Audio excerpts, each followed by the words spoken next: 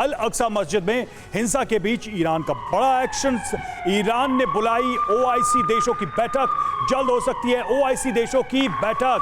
तो देखिए, ईरान की तरफ से ये इनिशिएट किया गया है मुस्लिम कंट्रीज का ये संगठन ओआईसी, जिसकी बैठक बुलाई गई है। इन देशों की बैठक जल्द बुलाई गई। अल अक्सा में जो कुछ भी हुआ उसके बाद ये आह्वान किया गया है। त्रिपाठी सर, ये ईरान का जो इनिशिएटिव है, ईरान चलिए एक लीडर के तौर पर अपने आप को दिखाने की कोशिश करता है, लेकिन क्या एक रियलिटी नहीं है इजराइल और फिलिस्तीन को लेके, या इजराइल के आसपास जितने भी देश हैं, कि जब जब कॉन्फ्लिक्ट हुआ है, जब जब इजराइल से वो लड़े हैं, भिड़े हैं, तब तब इजराइल का क्षेत्रफल, उसका एरिया बढ़ा है? जी बिल्कुल, क्योंकि जब भी इजराइल के ऊपर हमला हुआ है, मैं ये कहूँगा कि इजराइल के ऊपर हमले होते रहे हैं शुरू से।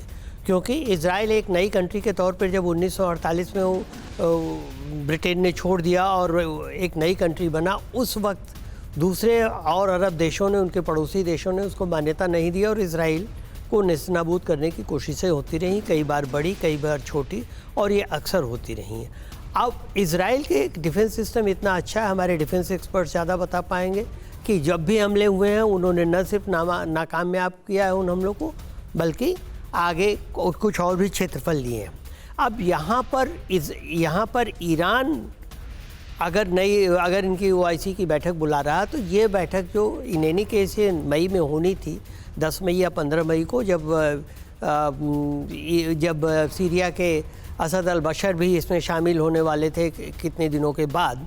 लेकिन अब मेरे ख्याल से हो सकता है ये बैठक जल्दी बुलाई जाए, और उसमें ठीक है, उसमें आप एक प्रस्ताव पारित करेंगे, निंदा करेंगे, लेकिन अरब देशों की ओर से कोई भी सामूहिक प्रतिकार या सामूहिक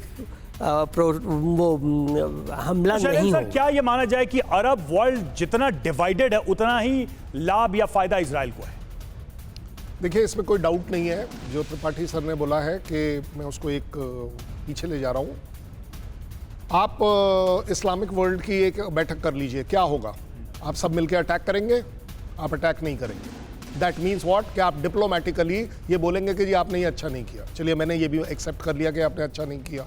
अब और आगे आपको लग रहा है इजराइल इस वजह से रुक जाएगा?